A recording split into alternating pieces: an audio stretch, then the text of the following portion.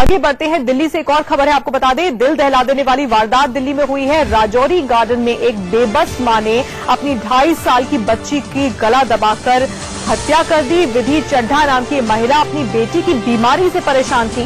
अपनी बच्ची को मारने के बाद विधि ने फांसी लगाकर खुद की भी जान दे दी। विधि का सुसाइड नोट सामने आया है, जिसमें उसने लिखा है कि उसके लिए उसके पति को कुछ न किया जाए, इसके लिए यानी कि सुसाइड करने के लिए पति का कोई दोष नहीं है। वो बहुत अच्छे इंसान है। खुद वो अपनी बेटी की लाइलाज बीमारी से बहुत ज्यादा परेशान थी, जिसके बाद उन्होंने ये कदम उठाया है। विधि का सुसाइड नोट आप देख रहे हैं। मैं विधि चड्ढा अपनी मर्जी से और पूरे होशो हवास में सुसाइड कर रही हूं और मैंने अपनी बच्ची को भी मारा है। मेरी बच्ची ठीक नहीं हो रही थी, इसका गम मुझे सता रहा था। मेरे हस्बैंड ने तमाम कोशिशें की उसे ठीक करने की, लेकिन वो ठीक नहीं हो पाएगी ऐसा मुझे लगता है। मेरे पति बहुत अच्छे इंसान हैं, उन्हें तंग मत कीजिएगा, उनका इसमें कोई भी दोष नहीं है। ये तमाम बातें विधि ने अपने सुसाइड लेटर में लिखी हैं।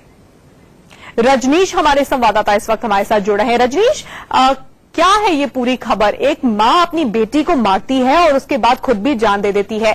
क्या उनकी बेटी को कोई लाइलाज बीमारी थी? कितने वक्त से ये परिवार परेशान चल रहा था? इस वक्त विधि के पति कहां हैं और वो क्या कह रहे हैं?